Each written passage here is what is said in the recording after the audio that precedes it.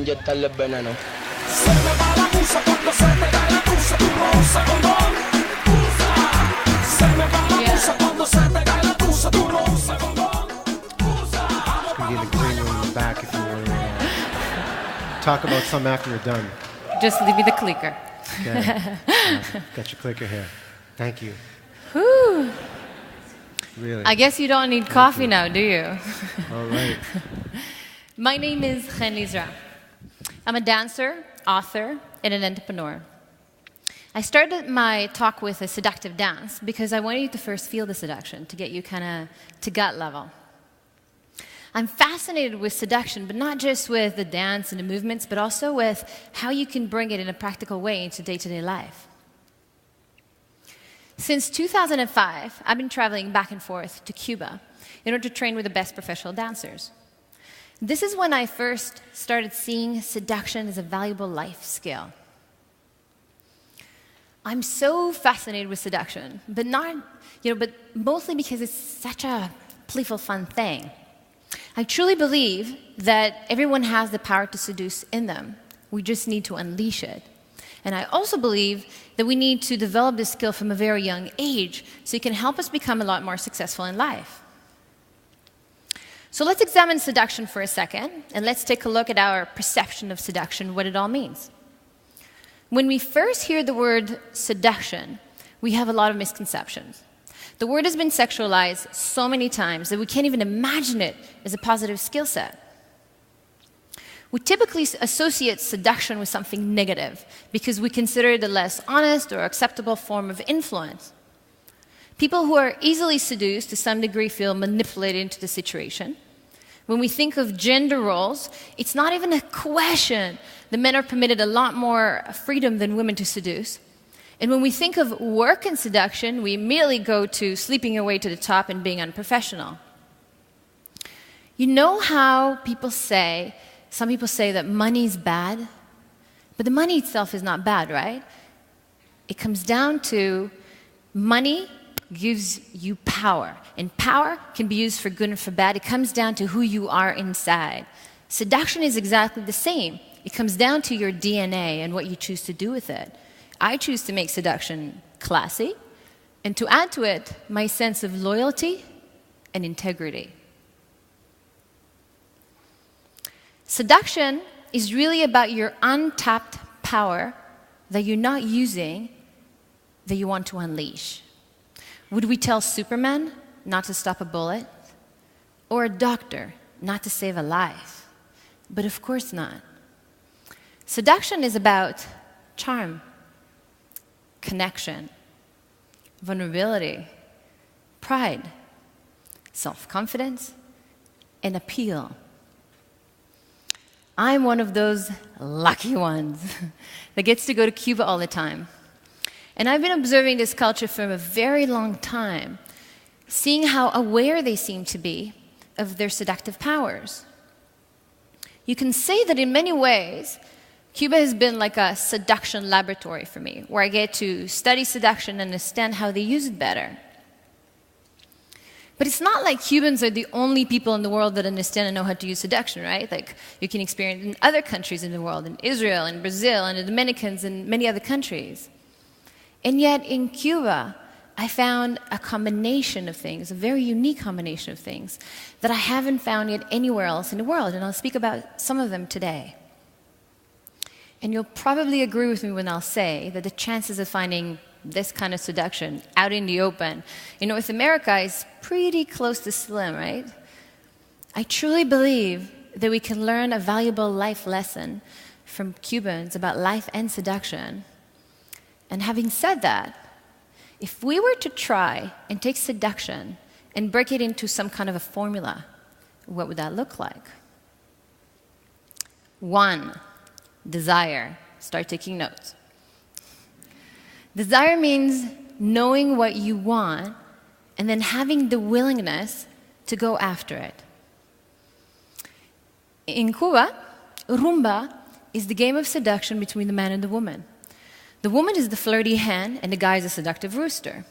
The woman uses her body to seduce the man, to say, want it? Come and get it. The guy, on the other hand, will use his body to demonstrate his masculinity. He'll try to decoy her, boom, launching an attack. He's trying to pecker her and get her pregnant. She'll notice the attack, she'll block it, she'll mock him for not succeeding, and she'll go, didn't make it, try again. Cubans interact on the streets every day as if they're playing the game of Rumba. They keep a tension, a sexy tension, always alive, right? It's like you could almost have it, but not. But if you only tried, then maybe. Keeping the maybe alive is a skill of presenting potential possibilities and then fueling them with desire. It's about learning where the emotional buttons are and then triggering them. When there's real desire, even if it's hidden, it's possible to lure it out. But you really got to get what the other person is missing and then give it to them. And when it's done right, it's virtually impossible to say no to. Number 2, confidence. Strong self-confidence is essential for seduction. Without it, you can't go after what you want. Our self-image is formed at a very young age and is deeply affected by our environment. Cubans praise their kids from a very young age to feel confident and stunning in their own bodies because they recognize this as a very valuable life skill. You'll see them at the pool at the hotel, the music is like blasting, they're grinding to the music and the little ones are grinding right beside them and they'll turn to them and say, "Qué lindo, qué linda eres, you're so beautiful." Add to this that in Cuba, there's no advertising because it's a communist country. So there's nothing that distorts the body image. Cubans, not like us, are not affected by the media to try and think that they need a perfect body. Instead, their self-image is formed out of how stunning the environment makes them feel and how much love they get at home. As a result of all of this, Cubans grow up feeling intense pride and self-confidence, no matter what body type or shape they might have.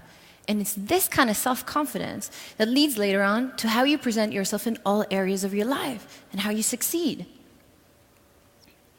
Body language. When you walk on the streets of Havana, guys and girls check each other out in the open all the time. They're not trying to hide it. Guys call after women with linda, preciosa, and women respond with how they hold their bodies and how they accentuate the curves when they walk. Because they know they're being noticed and admired, and they like it. It makes it really easy to seduce and be seduced because you know what the other person is feeling. Seduction also shows up in the tone of your voice, the kind of look you give, what you say and how you say it, and at times, even adding a little touch. Body language is very important for seduction because it communicates to the other person what you want. Number 4, arousal. To effectively seduce someone, there has to be an activation of the arousal, waking up in them the desire to give you what you want and luring it out. But first, you have to connect and interact with the other person. If not, then how would you get to their heart? And for seduction to really work, you have to give it your undivided attention in a moment. One of the most charming things that I've noticed about Cuban men is how they go after what they want, completely fearless of the consequences of getting hurt or getting rejected. They will seduce a woman over and over, making her feel desired and special, even after she said no a couple of times, slowly sneaking into her heart and waking up that desire. And a no, that was a maybe, turns into a yes. That's damn sexy. This fearlessness of failure is a profoundly powerful capability that I've noticed in some of the most seductive people that I've ever met. But they can do this because they've developed their intuitions so much that they can easily distinguish between a no that means a no and a no means maybe. Because the last thing you want to do is not accept a no that means a no. So what I really want you to get is that everyone has the power to seduce in them. The trick is to learn how to use it and when.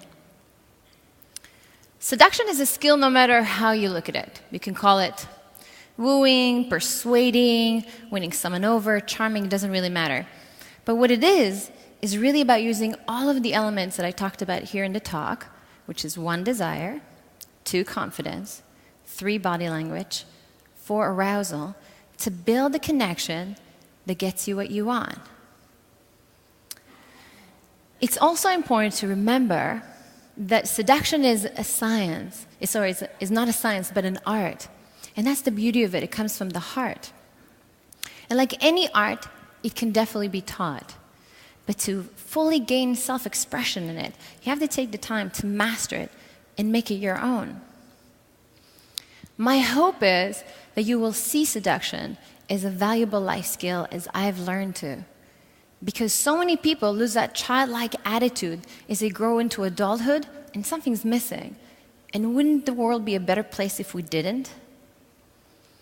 I really believe that seduction leads to self-confidence, and self-confidence leads to success in all areas of your life. Master seduction, and you can have anything that you want in life. Anything. I did get a TED Talk, didn't I? Thank you.